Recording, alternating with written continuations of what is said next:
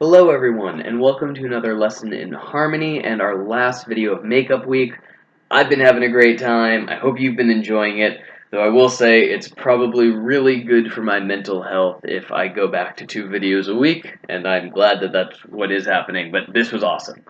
So let's jump right into this. Borrowed chords. They're super cool. Now, to understand borrowed chords, you need to understand parallel keys. Now, in Western music, they're generally used a little more simply. At least they were before around the late 1800s, early 1900s. Which is if you're playing in C major and then you play play in C minor, either melodic or harmonic, doesn't really matter which. You've gone into a parallel key. This idea gets expanded later, and it can apply to the different modes as well as keys that aren't the normal septatonic Western keys. But yeah, that's pretty much in a nutshell what a parallel key is. It has the same tonic, but it's a different key overall. Now, what you do with borrowed chords is you take a chord from a parallel key and put it in the key that you are in now.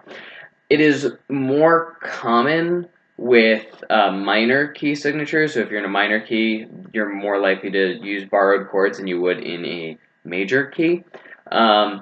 A good example of this that can come up kind of frequently is if we're in C minor, we have a D diminished chord.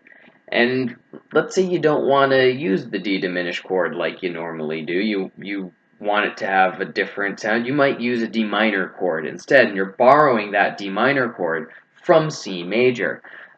We also see it, if you remember the chord chart, we still have that B flat. That B flat, if you remember it, we have our tonic, and at the very, very top is a major 7, specifically that being a major flat 7, so if we're in C, B flat. The later we have a B instead. Well, that B flat is a borrowed chord if we're playing otherwise in a very strict C harmonic or C melodic key. That B flat is now, it's being borrowed from C natural minor. Or C Aeolian, however you wish to call it. But yeah, and that's essentially the use of borrowed chords. There's all of the weirdness that happens with some of these minor keys. You can get around it. You can also use it with C harmonic major. In fact, borrowed chords is kind of the idea behind how C harmonic minor and C melodic minor came to be. Because originally, Western music was mostly modal, and we pretty much stuck to modes from the diatonic, the major diatonic scale. But then someone was like, well, if we play this minor scale, what if we put in this leading tone and use this? And then someone else was like, well, what if we borrow also this F chord here? And that sounds pleasant as well. It's like, ooh, that does sound pleasant. So between this secondary dominant and this borrowed chord, we have an entirely new scale called C melodic minor.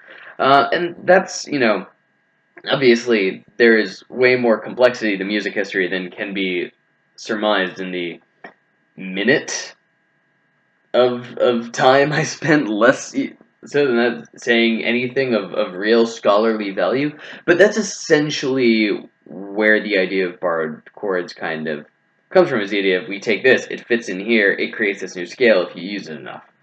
And yeah, so borrowed chords, they're really cool, more common in minor key signatures, but it also just opens up a whole world of possibilities when you expand it to the different modes and all that, because essentially what it's saying is you can take any chord you want and stick it anywhere. Now, for actual use, I would definitely start more conservatively and then kind of experiment a little bit. Because remember, you want things to sound cohesive, and in this way you'll find naturally the things that you think work and work well, and won't just be kind of like, well, I can just play this chord and it works in theory. It's like, well, no, it doesn't. You have to make sure it sounds right first. But yeah, borrowed chords, they're awesome. I hope you enjoy using them, and I hope you've enjoyed this video. Alright, Thanks a lot for sticking around. Come back next week for more videos. Bye-bye.